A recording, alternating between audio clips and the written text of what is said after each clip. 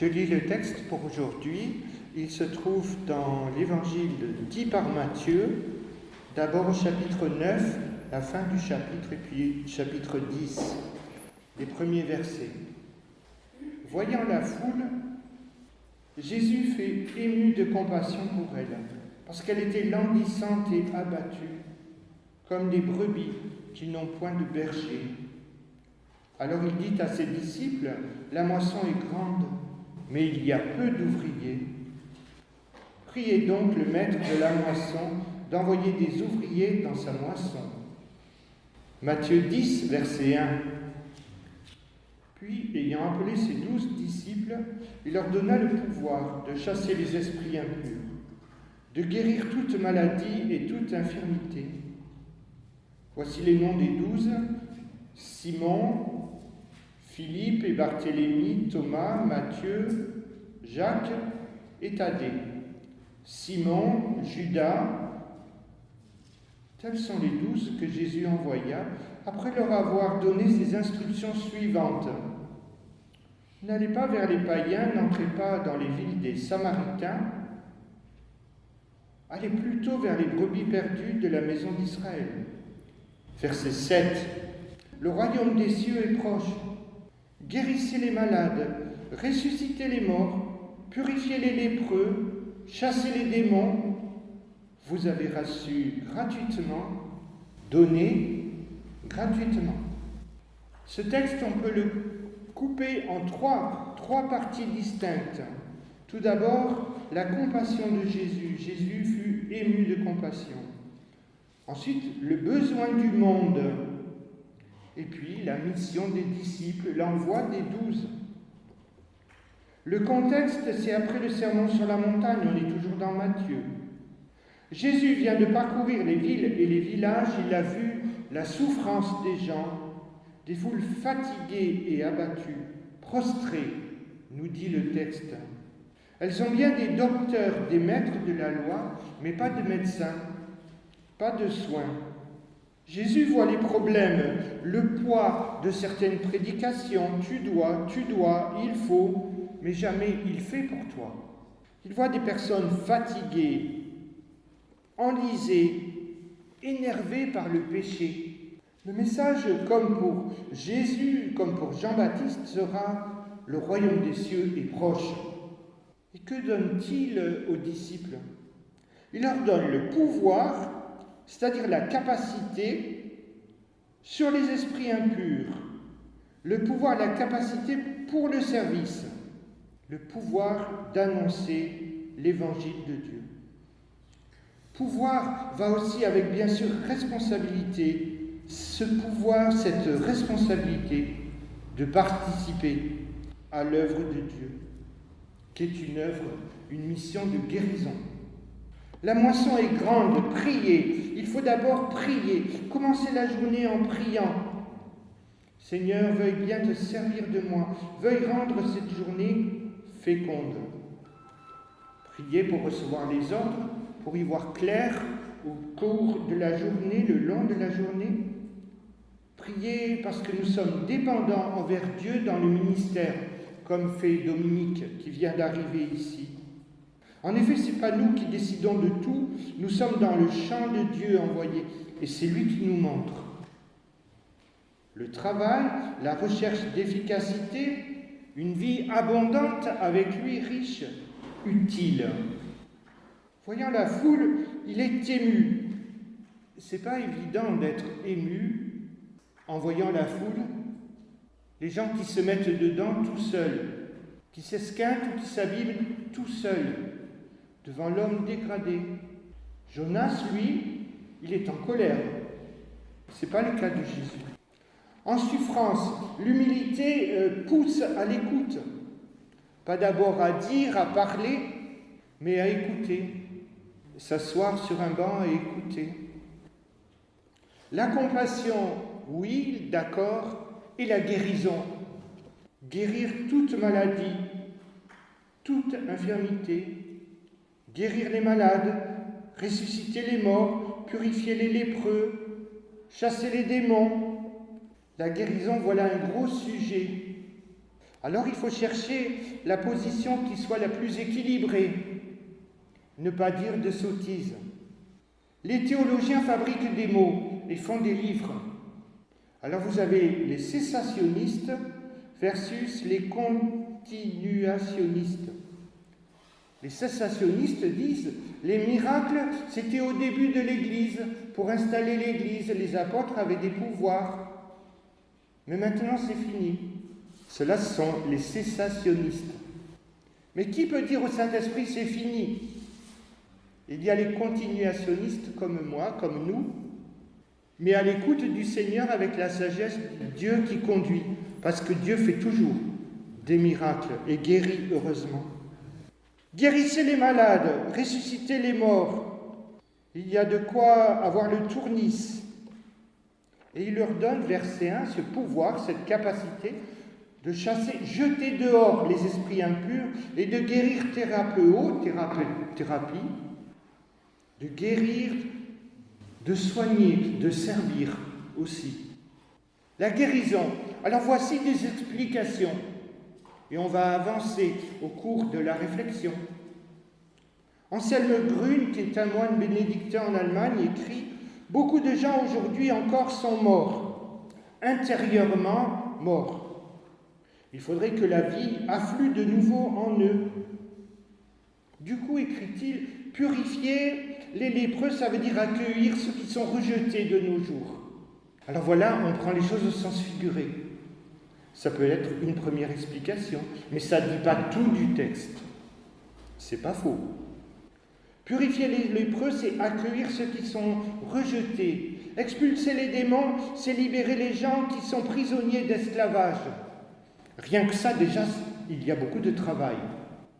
Guérir les malades, c'est le soin des corps et des âmes. Visiter les personnes isolées, le soutien. Visiter les malades. Guérir, prendre soin.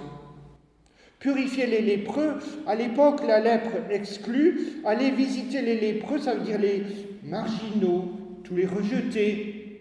Il y en a, et la première émotion, c'est peut-être pas la compassion, chez nous c'est peut-être le rejet, ou la colère comme Jonas. Et puis chasser les démons. Alors là, contre la haine, les addictions. Et là c'est très difficile. Il faut tout le temps de Dieu, toute la sagesse de Dieu. Alors plus simplement, la feuille de route, ce serait guérir les malades, prendre soin, ressusciter les morts, redonner du sens. Oui, mais... Et je vous ai dit que ce n'était pas complet. Oui, mais la question du miracle, elle était élucidée, elle était enlevée. Il est question de déployer toute la miséricorde de Dieu. Mais ça, aujourd'hui, on dira, eh bien, ce ne sont plus les chrétiens directement, c'est l'hôpital qui le fait, de guérir, de soigner. Alors, à quel moment c'est l'hôpital public qui prend la relève? À quel moment ce sont les professionnels qui prennent le pas? Autrefois, c'était les ordres religieux qui s'occupaient des pauvres gens, des malades, les œuvres de charité, les hospices, les missions. Et puis il y a eu ce basculement du personnel formé, après tout le bénévolat, tous les bénévoles. Il y a eu l'époque des Lumières et la Révolution française, la raison, la science, la critique de l'autorité religieuse. Les biens de l'Église peu à peu nationalisés, et on passe du religieux au professionnel. La médecine devient autonome, scientifique, technique.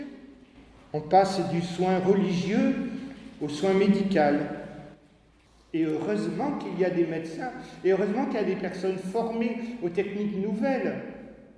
Mais alors la question du miracle, ça moi je ne l'oublie pas, hein, vous non plus. Quand Jésus nous demande de faire tout ce qu'il fait, il nous demande d'être comme lui. Oui, mais ça ne marche pas toujours, hein, ça ne marche pas. Vous avez essayé, ça ne marche pas toujours, hein. Alors vous savez les amis que j'aime bien taquiner l'intelligence artificielle.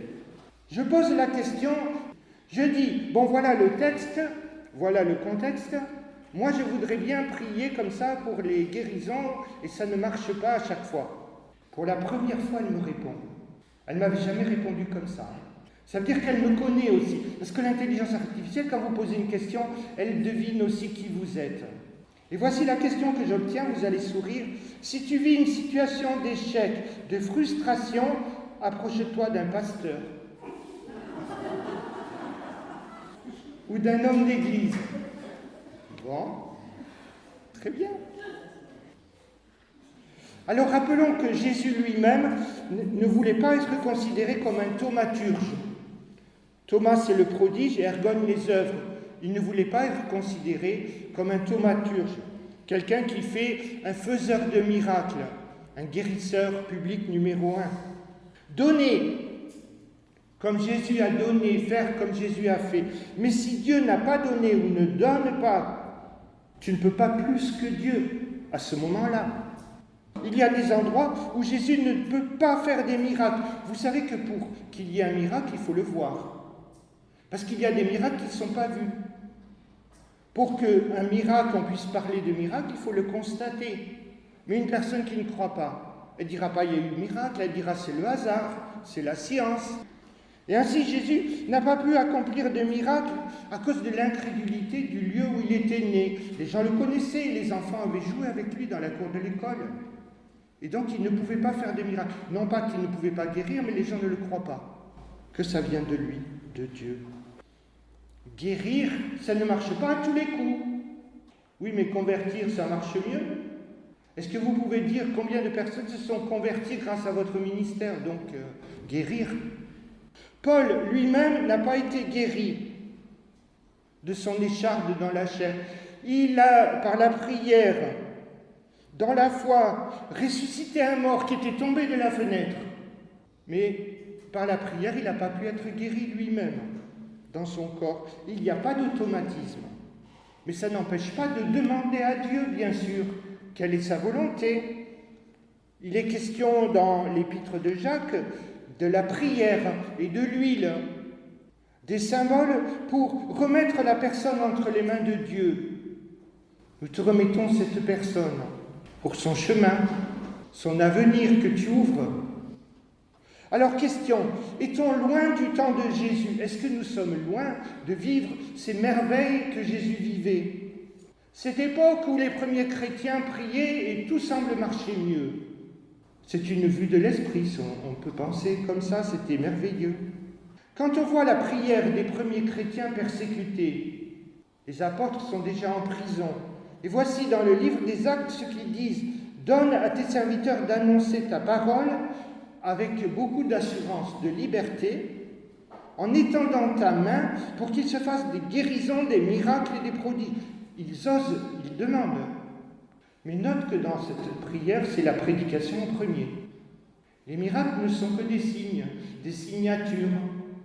Ils demandent d'abord de pouvoir prêcher en toute liberté, avec assurance. D'abord, l'annonce de la parole, pour que les gens se convertissent. Et puis, le jour de l'ascension, Jésus dit « Allez dans le monde, prêchez la bonne nouvelle ».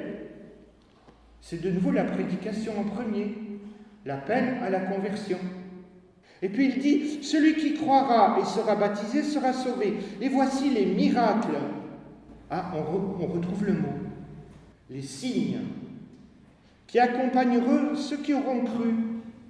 En mon nom, ils chasseront les démons, ils parleront langue nouvelle, ils saisiront des serpents.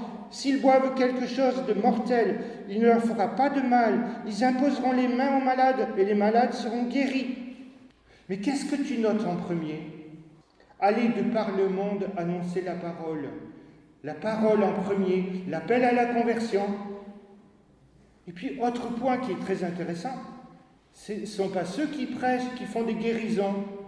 C'est ceux qui ont cru, qui verront des guérisons par leur ministère, par leur prière.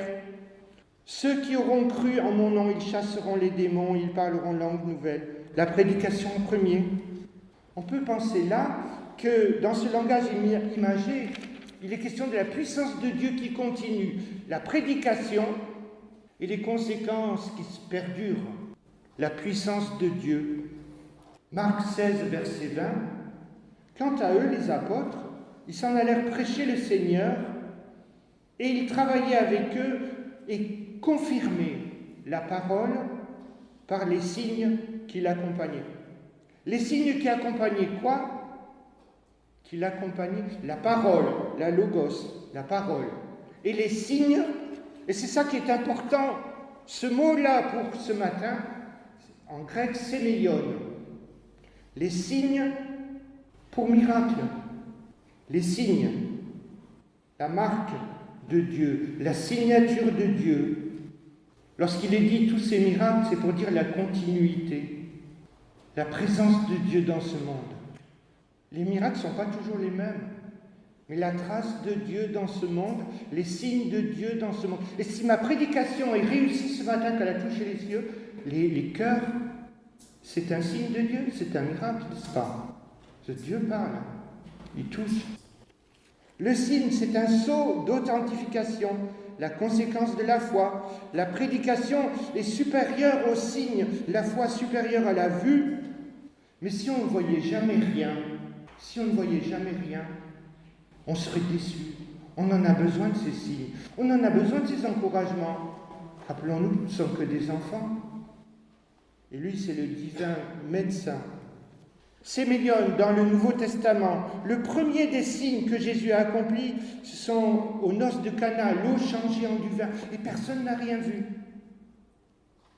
Sauf quelques-uns, la maman de Jésus, quelques disciples qui étaient là, ceux qui ont mis de l'eau dans le seau sans comprendre. Et la maman de Jésus voulait lui forcer la main, et Jésus a laissé un signe. C'est pas forcément tapageur, c'est discret. Mais qu'est-ce que ça fait du bien? Jésus demande souvent de garder le silence. Il ne s'impose pas par des signes. Il murmure sa divinité à travers des gestes discrets pour que l'homme puisse y répondre par la foi. Alors, dans le domaine du pratique, les miracles, la guérison, vous avez vu des choses, vous avez entendu des choses. Vous n'êtes pas dans l'église depuis hier. Certains sont nés dans l'église, vous avez voyagé dans les églises, vous avez vu des choses, vous avez entendu des choses, moi aussi. Et des questions pratiques, comment on fait, comment ça se passe? Faut-il demander à Dieu s'il te plaît ou faut-il parler avec autorité? Envers Dieu le Père, on dit toujours s'il te plaît. Ce sont que des signes, je l'ai dit. Mais pour celui qui est guéri, c'est très important, évidemment. Faut-il prendre position contre quelque chose avec autorité? Oui, contre le mal, contre l'injustice. Faut-il demander avec persévérance dans la prière? Oui, c'est la parabole de la veuve importune. Faut-il exiger? Non. Il faut être à l'écoute de Dieu. Si ce n'est pas ça, si ce n'est pas le moment, s'il a un autre chemin. Alors on entend, on voit, quand on traverse les églises, quand on fait des stages dans les églises, quand on est pasteur dans une église, quand on rencontre des gens dans une église, on voit des choses étranges. On pourrait multiplier les exemples et je ne vais pas tout dire. Vous pouvez en rajouter. Par exemple, la puissance de la louange. Oui, mais si ce n'est pas Dieu qui avait dit aux Hébreux de tourner autour de Jéricho en chantant et en jouant de la trompette, ils auraient eu l'air de quoi? C'est pour dire qu'il ne faut pas répéter forcément ce que les autres ont fait. Eux, ça avait du sens de tourner autour de Jéricho et de jouer de la trompette. Mais si Dieu ne l'a pas demandé, ils auraient eu l'air de quoi? Vous avez aussi cet autre exemple. Pierre qui a marché sur l'eau. Je ne demande pas à tout le monde, tu peux essayer, mais si Dieu n'a pas demandé. Je dis, en plaisantant, on peut créer l'église de ceux qui marchent sur l'eau, et c'est l'église des grands noyés. Séméion, les signes que Dieu envoie, la signature de Dieu, tellement encourageant, une parole, le médecin qui dit une parole, oh que c'est bon, il ne le sait pas, mais Dieu l'a formé, Dieu l'envoie vers toi. Des signes qui accompagnent la parole pour dire que Dieu s'occupe de nous, des signes par lesquels Dieu encourage ses serviteurs. Alors, dernier point, c'est la compassion et le témoignage. Parce que j'ai insisté tout à l'heure au début, j'ai dit que la compassion, c'est pas évident. Jonas, lui, la compassion, avant de rentrer dans le poisson, n'avait pas trop envie, et encore après. La question de la façon de témoigner. Et je dois apprendre, et me perfectionner. Je me rappelle une fois, j'ai parlé avec un drogué, dans un café en Alsace. Et je me vois lui dire, toi, tu devrais faire des études de théologie. Il posait tellement les bonnes questions sur le sens de la vie. Il est tellement angoissé. Il était comme sur le précipice, pied du fossé, prêt à tomber. Mais il demandait des questions sur le sens de la vie. Pourquoi j'existe? Et s'il y a un Dieu? Il posait tellement des bonnes questions que les autres ne veulent pas poser. Je dis, tu devrais faire des études de théologie. Tu trouverais des réponses. Il n'était pas encore chrétien, mais je me dis, mais lui, vraiment, il est tellement prêt. Il a tellement soif.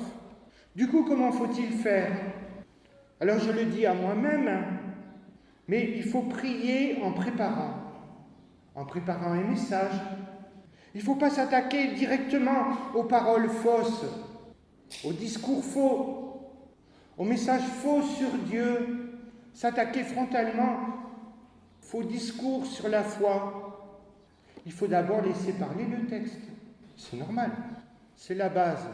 Et puis ça détend, Puis on fait des découvertes.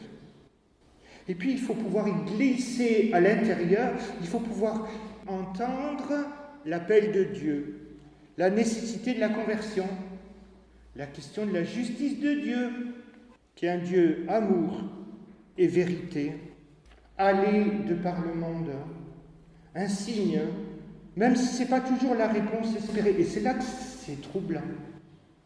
Et ça n'empêche pas la prière. C'est là que c'est troublant. Un signe, même si ce n'est pas toujours la réponse escomptée, un signe que Dieu s'occupe de moi. Et de nouveau, alors pour terminer, il y a cette citation que je trouve tellement belle, tellement exceptionnelle, que je vous redis souvent ces derniers dimanches. La gloire de Dieu, c'est l'homme debout ou vivant. Et la vie de l'homme, c'est la vision de Dieu, voir Dieu. C'est ça qui nous restaure. La vie de l'homme, c'est la vision de Dieu, voir Dieu présent, Dieu qui agit, voir les signes de Dieu, Dieu qui s'occupe des petits moineaux. Regardez à Dieu, Job qui perd tout en une journée, et au lieu de s'apitoyer sur lui-même, de se comparer aux autres, et pourquoi moi, et pourquoi ceci, et pourquoi cela. Et quand je regarde sur les boîtes des médicaments, toutes les contre-indications, et qui dit Dieu a donné, Dieu a permis que le nom de l'Éternel soit béni.